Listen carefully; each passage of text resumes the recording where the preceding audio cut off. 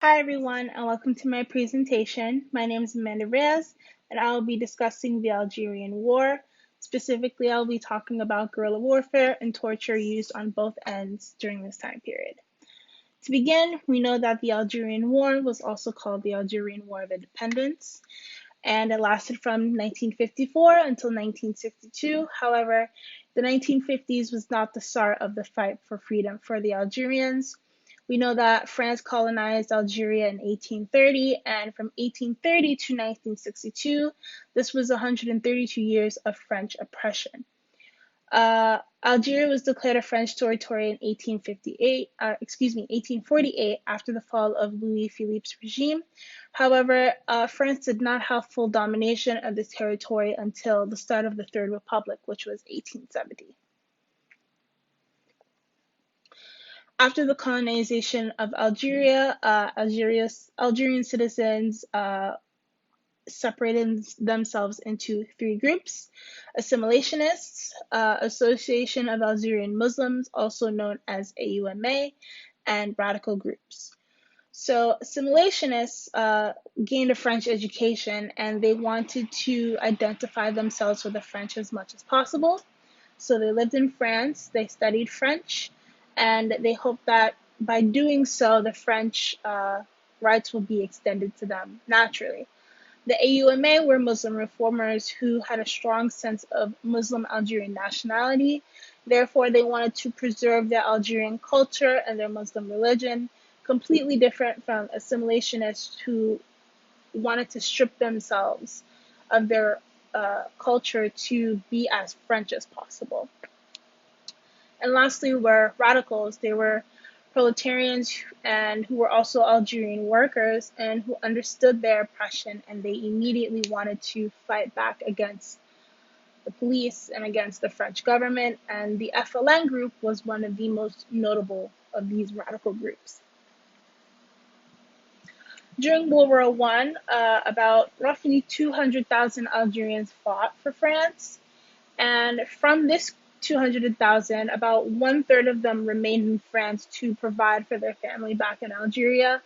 And this was due to when Algeria was colonized and France began to dominate their land, a lot of them were kicked out of their homes and their lands that they lived on for decades and for generations, and they were forced to live in slums or move to France for a better financial opportunity than what they were being offered in their own homeland. These people were viewed as French subjects instead of citizens. They were not considered French citizens, even though they were a French colony. And the assimilationist groups were one of the few groups who were able to allow themselves to basically, they were able to assimilate as quickly as possible compared to AUMA groups or radicals who wanted to fight against this issue. And in World War I, it was clear that assimilationists wanted to only fight in the war to gain that French citizenship that they weren't able to beforehand. Around World War II, there became a bigger push for Algerian independence. The FLN group, also known as the National Liberation Front, was one of the most notable groups, the most notable radical groups that continuously fought for Algerian freedom. So the Algerian Manifesto, which was a legal document, was drafted in 1942 by Farhat Abbas and presented to the French administration, and they immediately rejected this document. It demanded an Algerian constitution with political participation of Algerians and a legal equality of Muslims, something that the French did not want to do.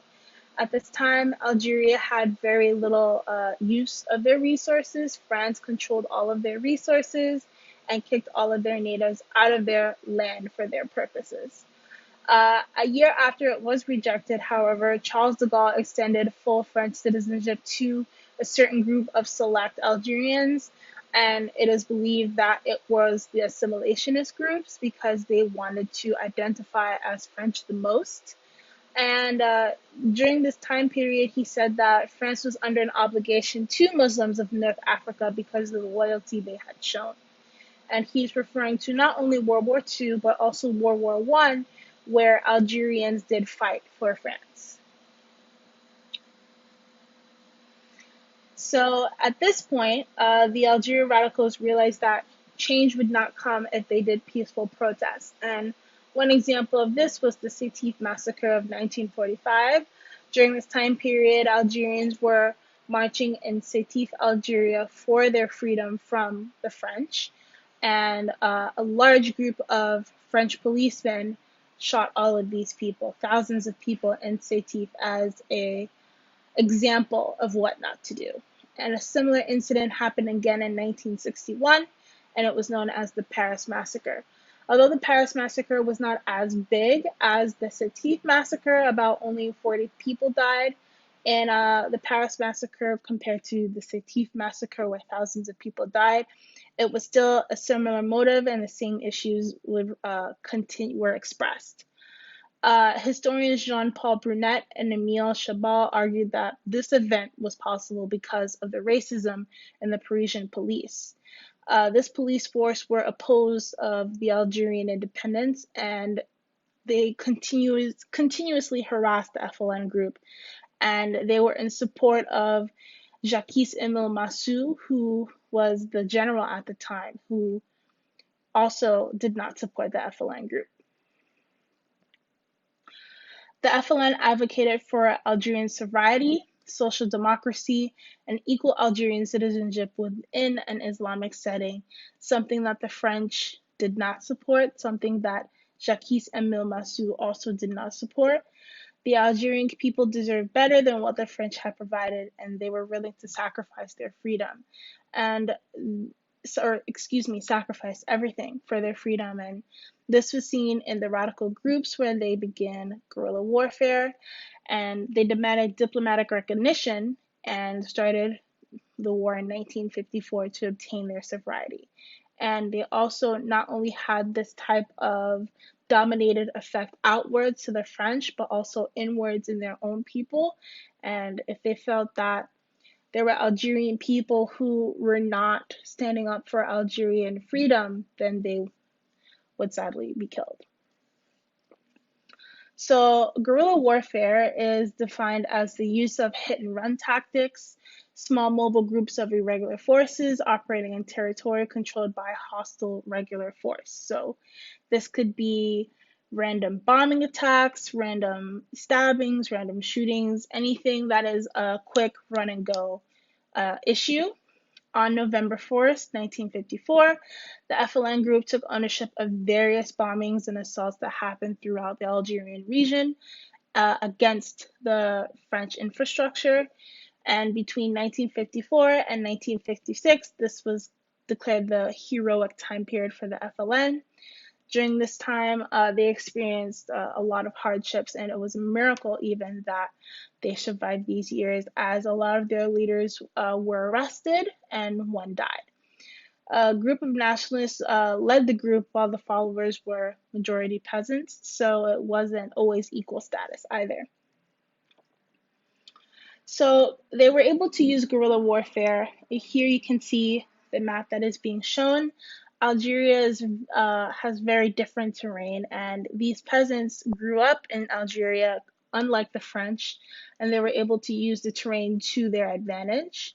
So the Algerians, they split up into established groups and different military zones. So there was never ever one establishment where they can all be caught, and each group had their own leader. And these small groups would ambush French camps all throughout Algeria to obtain firearms and weapons that they were unable to obtain at the time.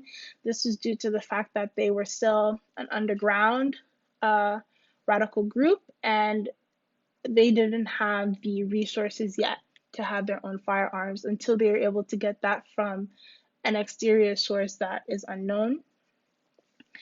Throughout the war, this FLN group grew to about 300 men, and they launched a series of bombing attacks and soon gained traction and recognition for targeting French settler communities. Again, so they only wanted to target French infrastructures to tear down the French colony. So we're now going to talk about French torture methods. On the side, you can see that is who I've been talking about, General Jacques-Émile Massu. He is now a disgraced general. Many people spoke about how the abuse they faced in the wake of Algerian independence. They talked, however, a lot of people did not openly admit that they tortured people, even though there were a lot of people who spoke out about their tortures.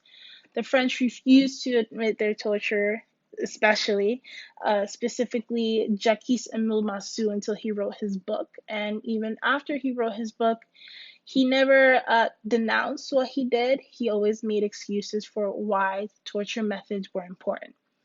And it was clear that it wasn't just individual issues. These torture methods were systematic and happened to every person of Algerian descent that they captured. These orders were given to French troops by General Jacques-Émile Massu, and the French public was aware of these torture methods. However, no one spoke up about them. So these captured prisoners were electrocuted multiple times. However, they were kept alive and used as informants. And there was one historian who talked about how these Algerian prisoners were being electrocuted, and it was just really heartbreaking that they were even electrocuted in their private areas and their most sensitive areas of their body to gain the most pain so that they can leak the most information to the French. Algerians who supported the FLN experienced forced disappearances as well. Most likely they died, and they were shot execution style.